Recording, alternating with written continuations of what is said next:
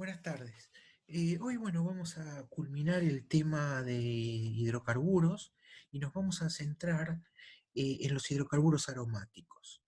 Ya vimos la clase pasada los alifáticos, alcanos, alquenos y alquinos.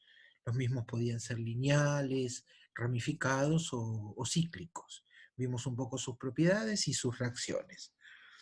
Ahora vamos a abordar los aromáticos y es necesario, antes de seguir con este tema, es considerar a la estructura base de todo hidrocarburo aromático, que es el benceno. Acá existe una representación del benceno. Como ustedes saben, es una molécula que tiene 6 átomos de carbono, 6 hidrógenos, y en el ciclo se localizan 3 dobles enlaces. Esta estructura fue planteada por Kekulé en el año 1865 por primera vez y estableció que la molécula en realidad era el equilibrio entre dos moléculas, como puede verse, aquí. La diferencia entre una y otra es que los dobles enlaces se encuentran alternados. Acá, si definimos al carbono 1 y este el carbono 2, acá el enlace entre el carbono 1 y el carbono 2 es lo doble, y acá es simple. Él planteaba un equilibrio entre las dos estructuras. Hoy sabemos que lo anterior no es así, que las estructuras planteadas por Kekulé representan dos estructuras contribuyentes al híbrido de resonancia del benceno, y que difieren solamente en la posición de los electrones. Es decir, que nosotros acá tenemos un par de electrones pi, entonces lo que podemos hacer para pasar a esta estructura es llevar los dobles enlaces hacia el enlace simple. Si este se convierte en un enlace doble, ahora este, forzosamente, sus electrones deberán migrar hacia acá, y así sucesivamente. En realidad, cuando uno estudia la difracción de rayos X de estos compuestos, de este compuesto que nos da la estructura real, vemos que todos los enlaces son iguales. Por lo tanto, no existen tres dobles enlaces, ni tres simples, sino que lo que existen son enlaces intermedios, podríamos decir, entre comillas, 1,5, entre el enlace doble y el enlace simple. Por lo tanto, en muchos casos uno representa la estructura del benceno así o así, indicando que todos los enlaces son iguales. La teoría de orbitales moleculares nos dice que cada uno de los carbonos de benceno tiene una hibridación sp2, que el benceno es una estructura plana con ángulos de enlace de 120 grados, y sobre cada uno de estos carbonos existe un orbital p perpendicular a él que contiene un electrón. Por lo tanto, todos esos orbitales p interaccionan formando dos nubes de electrones pi por encima y por debajo del plano, que sería esta estructura que represento en verde y esta estructura que represento en celeste. O sea que la estructura del benceno es plana, con electrones pi por encima y por debajo del plano. Ahora bien, existen muchos compuestos aromáticos, no solo el benceno. Entonces es importante saber o poder determinar cuáles son, y llamaremos a estos compuestos aromáticos de cuáles no son.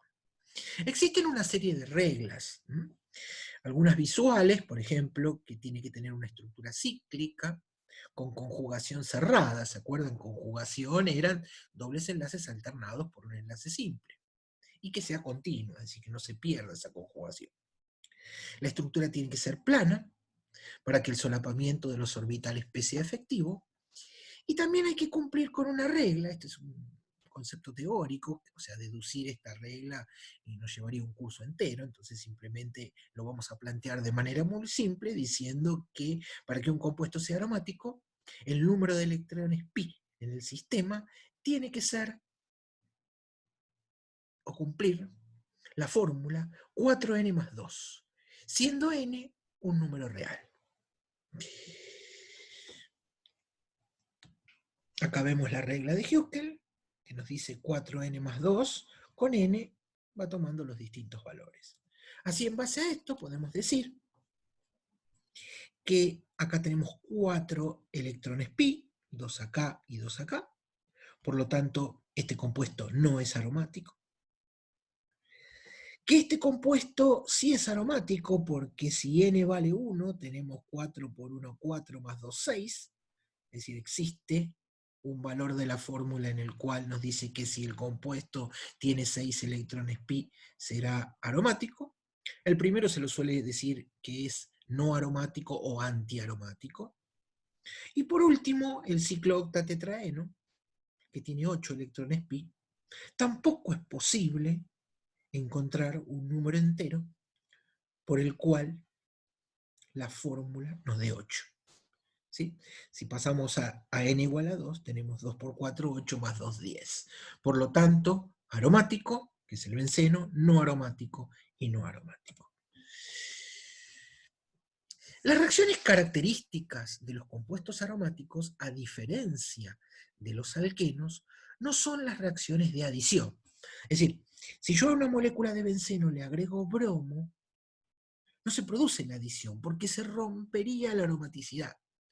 La aromaticidad le da a la molécula una estabilidad, de tal manera que hace que esa molécula es muy estable y poco reactiva. La primera conclusión es que los hidrocarburos aromáticos son menos reactivos que los alquenos y los alquinos. La reacción característica que se produce sobre este tipo de compuestos es obviamente el ataque de un electrófilo, porque dijimos que el benceno tenía una nube de electrones pi por encima y por debajo del plano.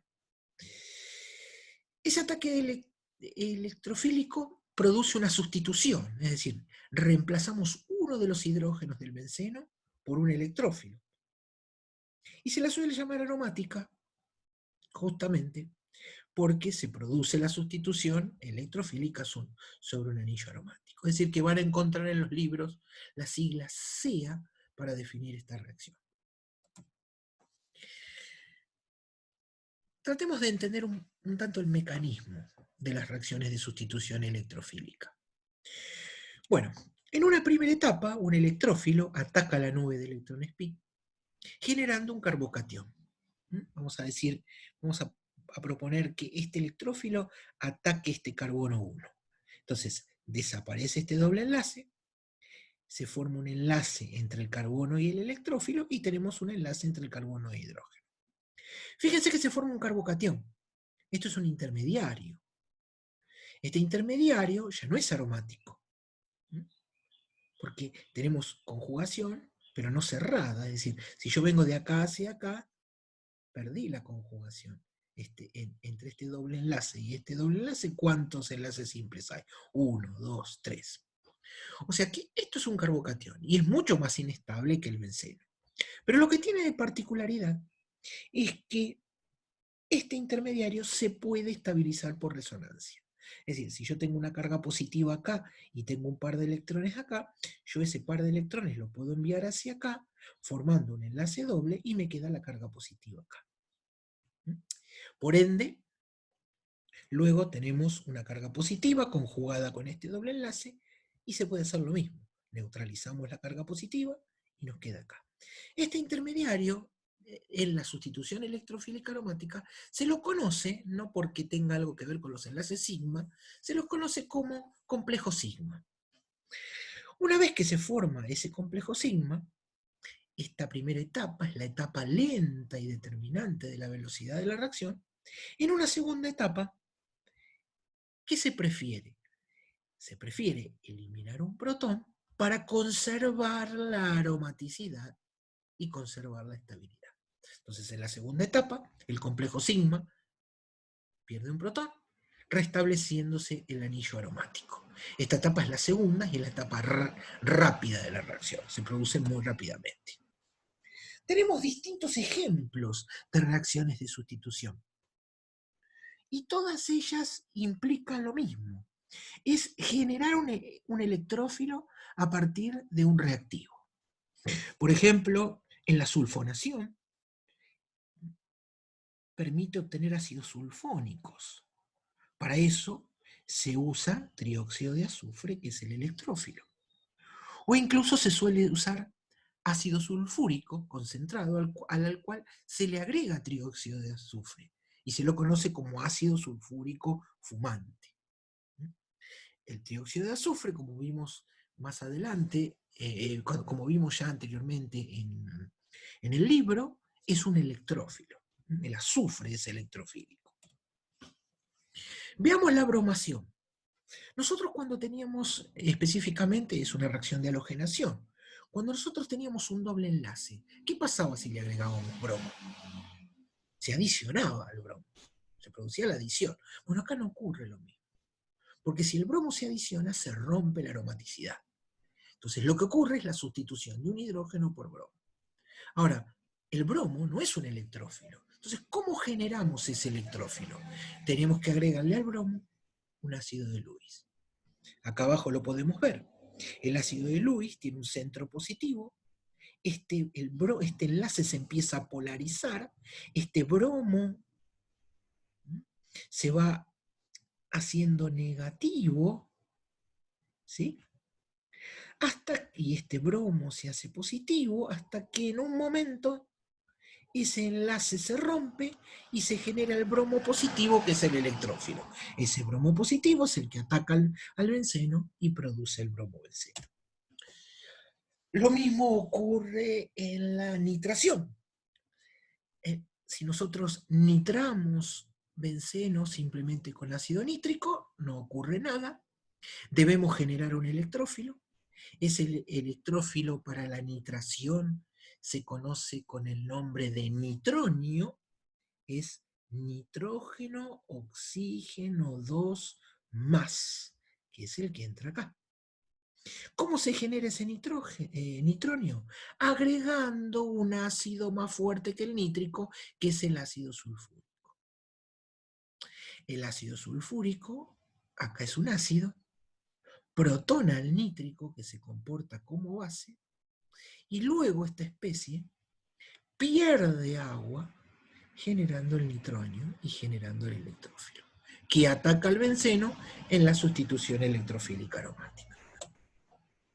Otras dos reacciones interesantes de sustitución electrofílica aromática son la reacción de alquilación de Friedel-Crafts, en la cual nosotros tenemos un halogenuro de alquilo, necesitamos generar un electrófilo, le agregamos tricloruro de aluminio, se empieza a polarizar el enlace, se rompe el enlace carbono-cloro, se forma aluminio cloro 4 menos y el carbocatión, que es un radical alquilo, en este caso para esta molécula, es un cloruro de terbutilo, es un catión terciario muy estable, terbutilo, el R este sería, que sustituye al hidrógeno en el anillo de benceno.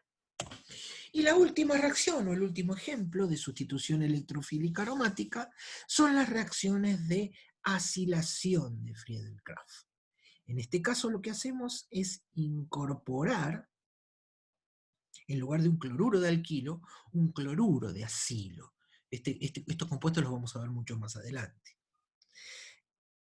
¿Cómo están formados? Son derivados de ácidos. Tenemos un grupo carbonilo y un cloro. Este es el grupo acilo. Otra vez, tenemos que activar, tenemos que generar un electrófilo. El electrófilo que yo quiero generar es un acilo. Un acilo es un alquilo que tiene además un carbonilo. Entonces, ¿cómo hacemos?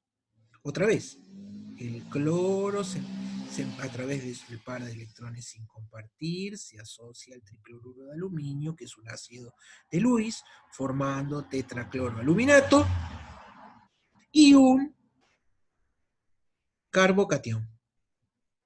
Ese carbocatión, el acilo, que está estabilizado por resonancia, actúa como electrófilo frente al benceno y da el producto final.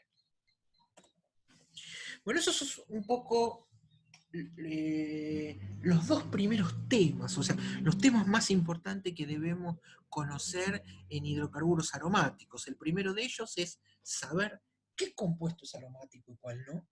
porque de ahí cómo se va a comportar, y luego el mecanismo de sustitución electrofílica aromática con algunos ejemplos.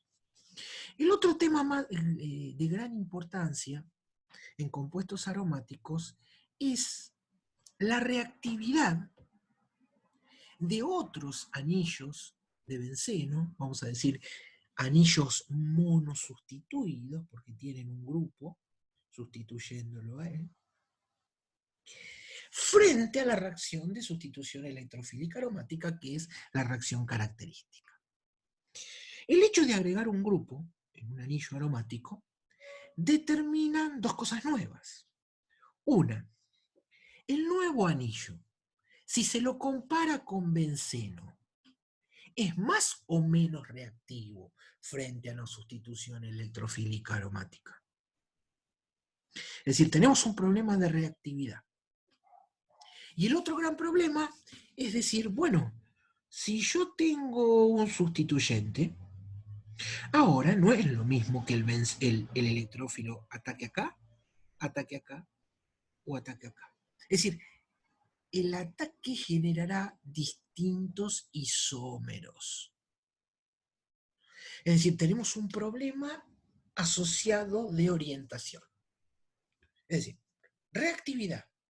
El nuevo ciclo es más o menos reactivo frente al benceno en una sustitución electrofílica aromática. La reacción se produce a mayor o menor velocidad. Esa es la idea. El segundo concepto es la orientación, es decir, ¿qué isómero se produce? El isómero por ataque en 2, que también se llama isómero orto, el isómero por ataque en 3, que se llama isómero meta, o el isómero por ataque en 4, que sería un isómero para. Bueno, eso es lo que tenemos que tratar de justificar.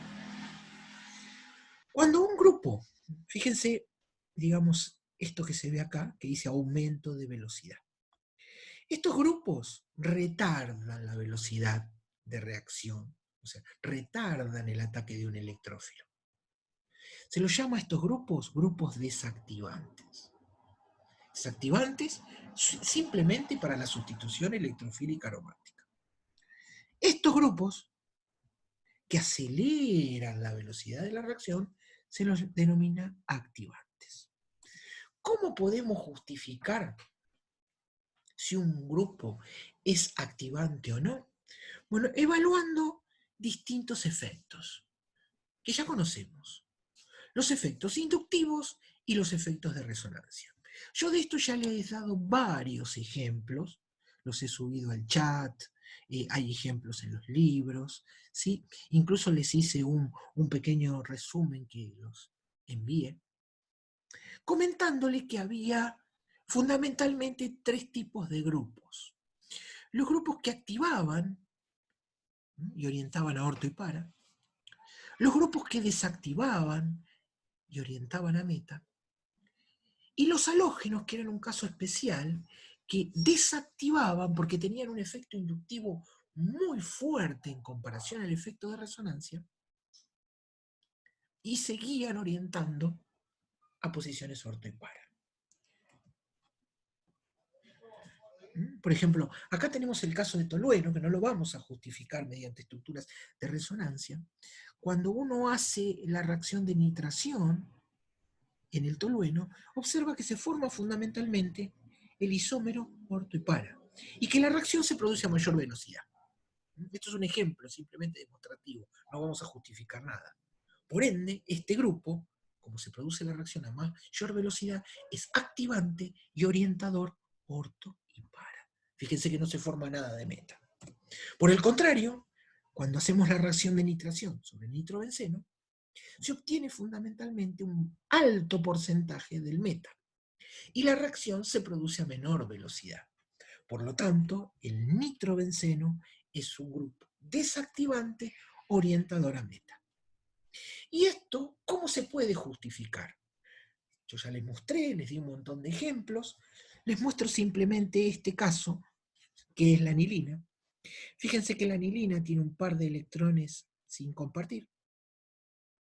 Cuando yo resueno ese par de electrones hacia el ciclo, el ciclo me queda cargado negativamente. Fíjese que si la molécula está en neutra, si acá perdí electrones, me tiene que quedar positivo, el ciclo, obviamente, al agregarle electrones, me tiene que quedar negativo. Si me queda negativo, me queda rico en electrones. Entonces un electrófilo lo va a atacar mucho mejor, porque tiene mayor cantidad de cargas negativas. Por lo tanto, un grupo amino es activante. ¿Y dónde se alojan esas cargas negativas? En posición orto y en posición para. Por lo tanto, el grupo amino es un activante y un orientador ortopara.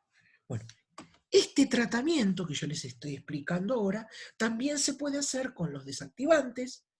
Yo les di varios ejemplos, se los mostré incluso, le hice las resonancias, y también para el caso de los halógenos.